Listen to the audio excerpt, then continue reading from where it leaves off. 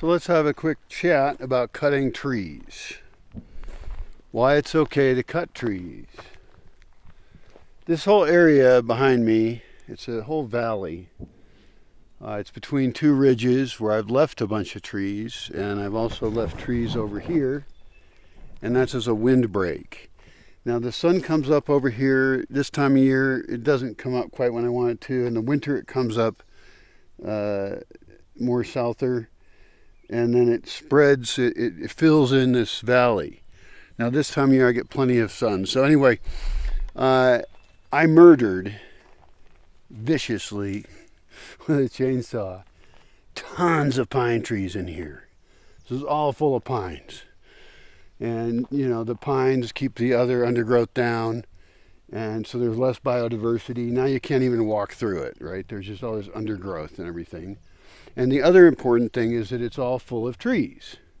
And that's because all the trees on the sides of it have reseeded naturally this area. There is no need for reforestation. Reforestation happens naturally. So what did I do? I took out some kinds of trees to get a higher diversity. Now I have white oaks, black oaks. I have madrones in here, a whole bunch of them. There's tons of baby madrones. One right here. And that goes all the way up the whole thing. And I still want to change this area. I still want to take, and I'm going to take out a lot of the white oaks because they have leaves, like they don't have leaves this time of year, and so they're not providing shade. There's a nice black oak over there. I left that in there. My point is, the person I'm addressing is the stupid ass fucks who say, oh, you should never cut a tree. And it's like, you hypocrite dumb fuck. You know, you use tons of products made from trees. And I understand there's a big difference between tree farming, you know, just having no other wildlife and just growing the same species of something in one place over time. That's an entirely different type of tree harvesting strategy. Here I've taken a fairly big area, so it's not even like I've selectively, you know, well, the thing is there's pines in here still, up above especially, but they come back in, and I left a big pine over here to provide more seeds, although there's seeds everywhere and birds and stuff, and I could put some more water features in here and have more birds and things. The thing is, I just never want to hear again in my life, like, never cut down a tree. That's how people talk. I mean, this is a forest process, so you have to think in a 20-year time frame. And this is all, I think this is about 10 years ago I cut there. So these are like 10-year-old trees all in here, most of them. And I actually want to change it more. I'm going to go in and I'm going to dig terraces. I may put small buildings mixed in there, camping spots, something, I don't know, because having it be available for human use is also useful. And then as I cut out these white oaks, in many cases I'll pollard them. I think that's called pollarding. I'll cut them like about here, a little bit over head height, and then they'll grow again. And then I'll decide if I want to sculpt them or I want to harvest out firewood or do whatever I want to do. But the reason I want to get rid of them is because I want more root space below the ground. We see what's above the ground. We need to see what's below the ground. And so all the mycelia layer in here is you know, changing. I'm altering that considerably. If I felt like it, I could bring in dirt from somewhere else, but the truth is that there's a bunch of mushrooms and microbial activity going on anyway. I've left dead wood here so that it rots. And so it's a big mess right now. It's not even usable. I've actually made it worse for human use currently. But there was a trail I made through it. I'm going to recover that. I'm going to maybe put a building way at the top, and that will also capture more rain at that spot. There's also a road that goes through up there, a dirt road, and so I can contour that so that in this case it actually pours more water down into this little gully. Now, a lot of times when you look at permaculture stuff, you find people talking about, you know, keyline design and moving water to the ridges, and that's fine. But it's not, I mean, permaculture is not some magic set of, you know, do this, do that. you have to just become sensitive to the individual piece of land and what you're attempting to do there. You've got plenty of water in other spots. In this case, I wouldn't mind having this be a wetter location. I can still, if I want to, I mean, it doesn't matter where on that road the water comes in, but it could come in the sides of the gully. It doesn't all have to come right down the middle, okay? And so I want to make this whole area wetter. And that's another reason to cut out the white oaks, because the white oaks are allowing the sun, the hottest sun of the year, to hit the ground. And I want to have black oaks like over here that provide more shade. And even then, because I want to put in a whole bunch of fruit trees and I want to make this into a forest garden for human use, right? A lot of the forest doesn't have anything for humans, but I want stuff for me and other people. And so I'm going to top off some of these black oaks so that they spread out, the branches still spread out, and they provide shade and they protect from wind, but they're not using as much root space. I want some of that root space for fruit trees. Does this make any sense?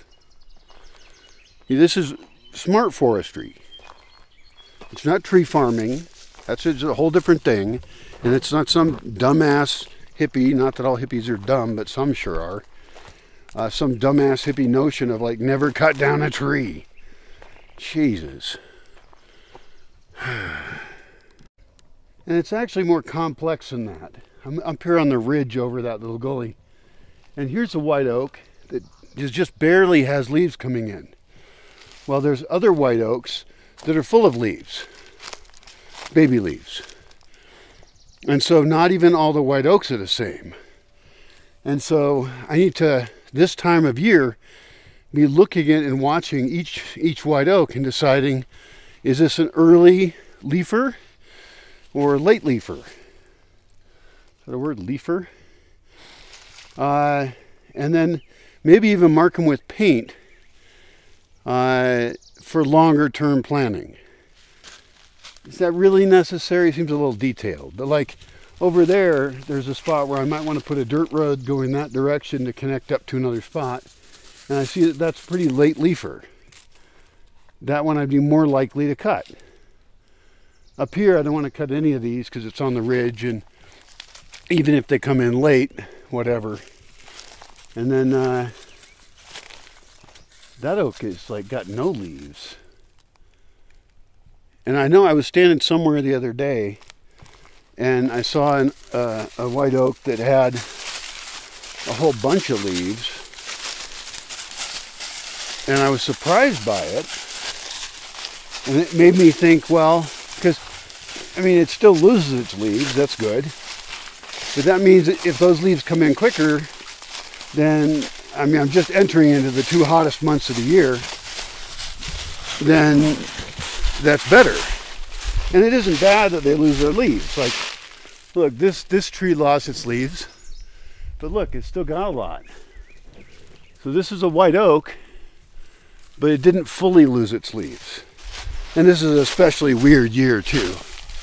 So it's been dry. I mean, dangerously dry in more ways than one. So, I mean, in here, there's too much of a density of trees anyway. I could cut out like 20 small, tiny oaks that aren't going to do that well anyway. I've got black oaks mixed in that provide shade all year. And in this case, I don't need to top them. I can just, this particular spot where it's at, I can just let these grow as big as they feel like it. But if trees are too dense, if they're too densely planted, they plant themselves, then some of them are going to die anyway. And so there's absolutely nothing wrong with me getting in there and saying, this is what fits in better for me, of having this tree in this spot in this way.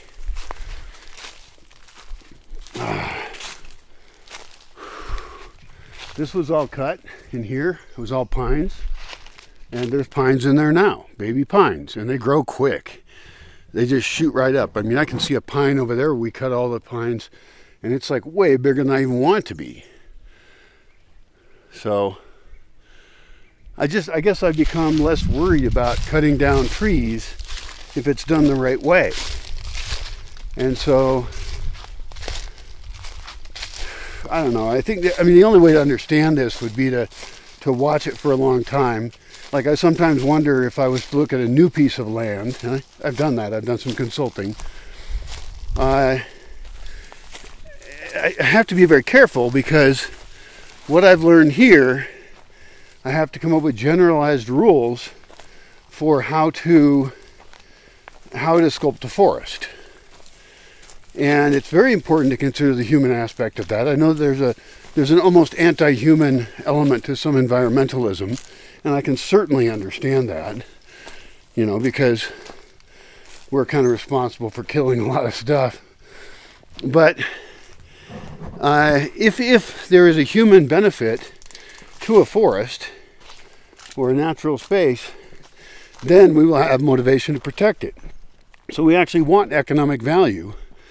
And I think that the idea of growing really diverse habitats for animals, for plants, having massive biodiversity is not at all in conflict with the notion of harvesting from the natural world. Of course, we should be suspicious of ourselves when we say that we want to be custodians of the earth, that we want to change it in any way. But it's going to change. Like if you don't manage your forest correctly, and all forests at this point have been altered heavily, down to, what predators and prey there are in them, animals. And so I think we can reach a level of understanding. I don't think it's arrogant to think we can do this. We can reach a level of understanding, being very in tune with the natural world around us, and having the right values, that we can increase its value for the very long term. Obviously, short-term value is not how we should be thinking. Short-term value is a bad way to measure value. What is there? Some kind of, I don't know, probably apocryphal, but some tribe of Native Americans somewhere said, think out 7 generations. That's cute. We can even do better than that. We can think out further. 7 generations isn't even that long. So, either way, it's a great sentiment. Because, I understand the anti-human sentiment. I really do. But I've seen here that I've had a good impact on this land. And if I die now, then it will be more diverse and better off than it was when I started. And I have tons of things I could do that would improve that even further. Because this is simply not a natural environment. Water used to flow down the ravines here. It's obvious. But it's all been tapped off by humans way up there. Now, if all the humans went away, and there's an interesting book on that called The World Without Us. The World Without Us. What if we all just disappeared? It's a thought experiment, unlikely to occur. Although, one pandemic and we're out. A real pandemic. And, these white oaks just have no leaves. Look at the difference between that tree right there with no leaves and this one right here that has it. That's pretty different. And it isn't that white oaks don't have any use. I think my idea of pollarding them is a really good idea, because then I'm not fully killing it and I'm altering it. Also, the other benefit of pollarding, and perhaps on my black oaks as well, is that I've seen bird nests in spots where we cut it, and then all the branches grow out the sides and then they go up. And you get these just perfect bird nest spots in there. And some of the birds aren't just little ones. I've seen little hummingbird nests. They're tiny, they're so cute. Sometimes with baby hummingbirds, I barely have seen those because I don't mess with them. But one time I did stick a camera up and I got a picture of some little baby hummingbirds. And other ones, though, are really big animals. And, like ravens, they're huge. And There's buzzards, vultures, turkey vultures, and there's hawks of various kinds, and falcons, and I don't even know all the birds. I'm not a bird expert. I got a great bird book, but the point is that by cutting a certain tree a certain way, it's going to grow differently, and that could actually provide more habitat for animals. You know, there's a lot of stuff that needs a place to sleep. And even having dead trees laying around, standing around, sorry, not laying, is really smart. You need to have dead trees in a healthy forest. Snags, I call them snags. And that's, for example, because woodpeckers can only live in a dead tree. And so if we clean up the forest and have everything be all manicured, that would be a big mistake as well. Now, lightning naturally kills certain trees. And so I already get some dead standing trees every year. I get, I don't know, 5 or so. And that's fine, but they rot really quick and they fall down. So one of the things I did a couple times is I girdled. Girdling is cutting the skin around the base of a tree so that you're cutting off its food flow, because the food flows through the bark. And that kills the tree. I tried that with oaks to see if the woodpeckers, who otherwise would have no housing, if they would use that as housing. And I have seen them pecking on it, but the problem is I wasn't willing to do it on my biggest oaks, because I like my biggest oaks too much. And like one like that is too thin. Actually, that one might be big enough. But a lot of them have thin trunks, and so they're not really appropriate for, not really wide enough to make a really good woodpecker house. And maybe there's other things I could do. I mean, like maybe, you know, well, I mean, I can always build bird houses, but inherently those are going to rot. So how could I actually make woodpecker housing in a living tree? Because the oaks live so long. What would happen if I took like a drill, really big drill that even starts a hole, like the kind you use to put in a doorknob or something, and I started a hole, that'd be interesting, into a tree, maybe below a branch even for rain issues, maybe even angle it slightly up. I don't know what woodpeckers want. I'll ask Woody Woodpecker. But in other words, start out, you know, living oak, some bird housing. That's a crazy idea. And maybe things other than woodpeckers would even want to live in it. I don't know. Birds are very particular about how they make their nests. But that's an option. It's a very strange option. And the thing is, if I recorded that well enough, if I, you know, GPS the location and I have binoculars and watch that hole, then I could actually see if an experiment worked. And there's hundreds of experiments like that where we can do very minor things to adjust the environment that might, I mean, I could create, you know, a woodpecker house or other bird house, living bird house. It doesn't rot, didn't use any nails or anything. They would last for, you know, 100 years. And the amount of work I would have to do would be very minimal. That seems bright. Been out here 20 years now. How come I didn't think of that before? Well, it just goes to show you, you know, it takes a long time to think of certain things. But some of them I'm certain of now. A lot of things I know. And I'm tempted to share a lot of those ideas. Well, I do share a lot of those ideas for free online. I'm tempted to charge for it and make a book. Many people have told me that I should write, well, there's probably 8 or 10 topics I could write books on that would actually add value. And then I have an income. But I have a philosophical objection to charging for knowledge that I think is absolutely so critical for the survival civilization or anyone. But I don't want civilization to survive particularly. It's going to fall no matter what I do. But there could be a place for humans in the future, if it really even matters. Does it really matter if we go extinct? Not really. I mean, nothing changes according to the moon. Except there'll be less garbage on it.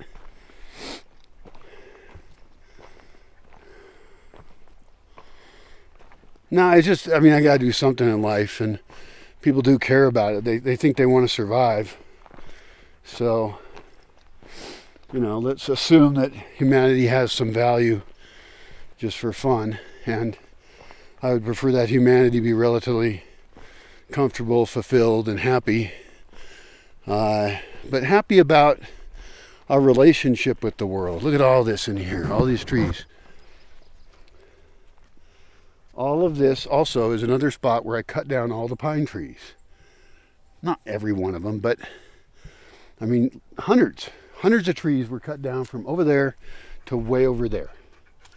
That's like 300 meters maybe, 200, I'm not sure. I don't even know. I have to check my GPS.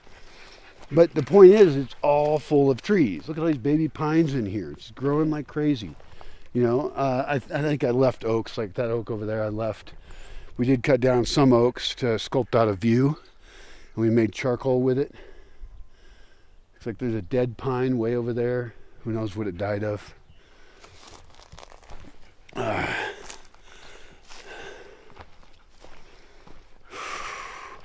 So yeah, the idea of like selling information that I think is so critically important.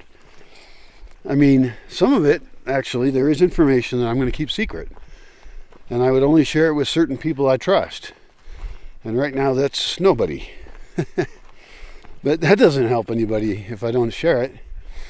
But I've thought about trying to gather together like really awesome people with good values. If I was able to identify who that even is and feel safe and like I wasn't just wasting my time on people. I also got to run a road through here. That's another thing people react negatively to. Oh, you're going to put in a road. Well, they're imagining where they come from, fucking strip malls and paved everywhere. No, I need a dirt road, which is ecologically almost nothing, so you can even get to places.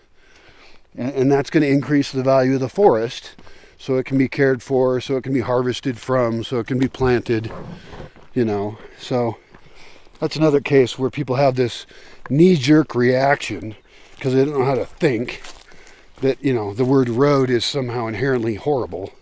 And it's like, no, actually, roads can be great, especially the kind I'm talking about. They just grow over if you don't pay attention to them anyway. Ecologically speaking, they actually add to diversity. Like I've got a spot where arnica grows in the middle of a road, and it doesn't tend to grow other spots as well. There's another plant, plantain. Plantain is a plant. Weird name for a plant. Plantain. And it has medicinal value supposedly in it. Likes to grow in a dirt road that people have been driving on with compacted soil. Why? No idea. Doesn't really matter. The point is that the edge of human activity creates edge that different types of life can live on. And so that's not a bad thing to do. With always caution, always forethought.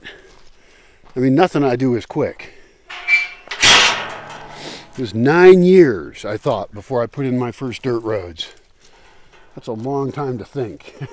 And now, of course, I can think a lot faster because I have more experience. I know what I'm doing in this climate. Now, on a different piece of land or in a different climate, I would have to question everything again. And some things are hard to undo. So you really want to be careful with your decisions. And that's why I want to kind of synthesize what are the rules that I've come up with. Some of them I know what they are. I can list dozens and dozens. But I need hundreds. I need hundreds of guidelines, rules, whatever. Some people hate the word rules too. I love the word rules. Doesn't mean you have to follow your rule, you know. It could be a rule of thumb. It could be a principle. The words don't matter. The point is that it's a guiding way to think about what we should or shouldn't be doing and why. So I want lots of them, and that's for people too. Because as I think about inviting people here, hi, you're just sitting right in the middle of the trail there, aren't you? Hi. Hi, sweetie. You're so sweetie. This dog is just crying out to be body painted. It's like a blank canvas dog. What a pretty boy. You pretty boy. Like I could make him into a zebra. Paint his face with some weird thing. Find a non-toxic paint, you know, non-toxic body paint of some kind, because he's going to lick it off. So you'd have to decide, like, where could the dog not lick on himself? Although other dogs might lick him too, although I guess I just have to not have good tasting body paint. I could even have bad tasting body paint. There's something called bitter gourd, which actually I've seen growing here natively. It's a little round gourd, and they use that to make a spray you can spray on things where you don't want your animal to chew. So if I was going to get weird, I could actually mix that in with body paint and then paint my dog that. The other option, a little more extreme, is to actually dye the dog. And I saw that somebody around here did dye their dog. And a long time ago, I did dye one of my puppies. Not dye, kill. Dye, D-Y-E. Color, dye. I did color one of my dogs red once, a puppy. And the problem is it looked like the puppy was covered in blood. So that was not the right color. I think blue or green would be better. So that the dog didn't look like it was all ripped up. I got enough problem with that shit.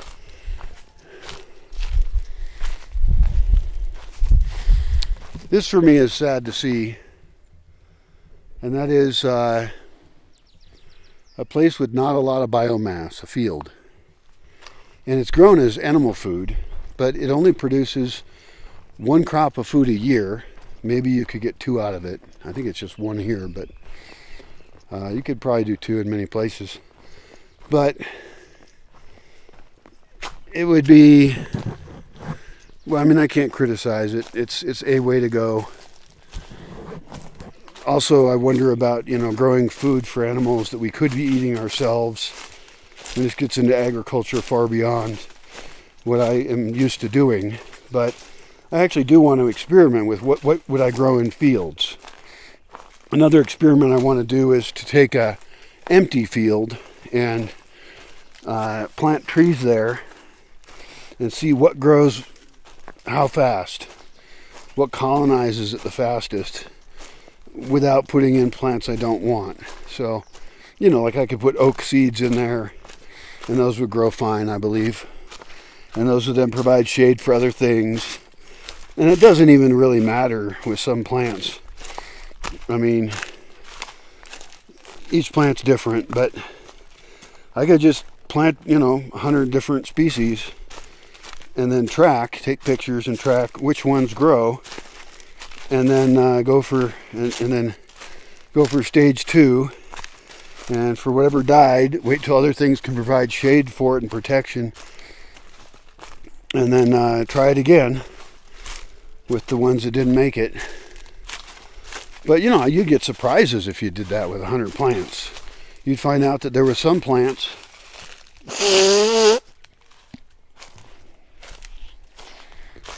which grew just fine, and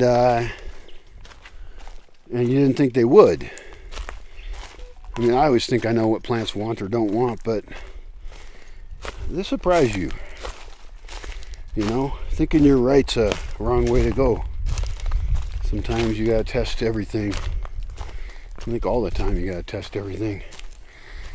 That's one of the things when people write about what the magic solution is for what works. I'm always suspicious. You know, it worked for them in that time the way they did it. And that may not work for other people in other situations.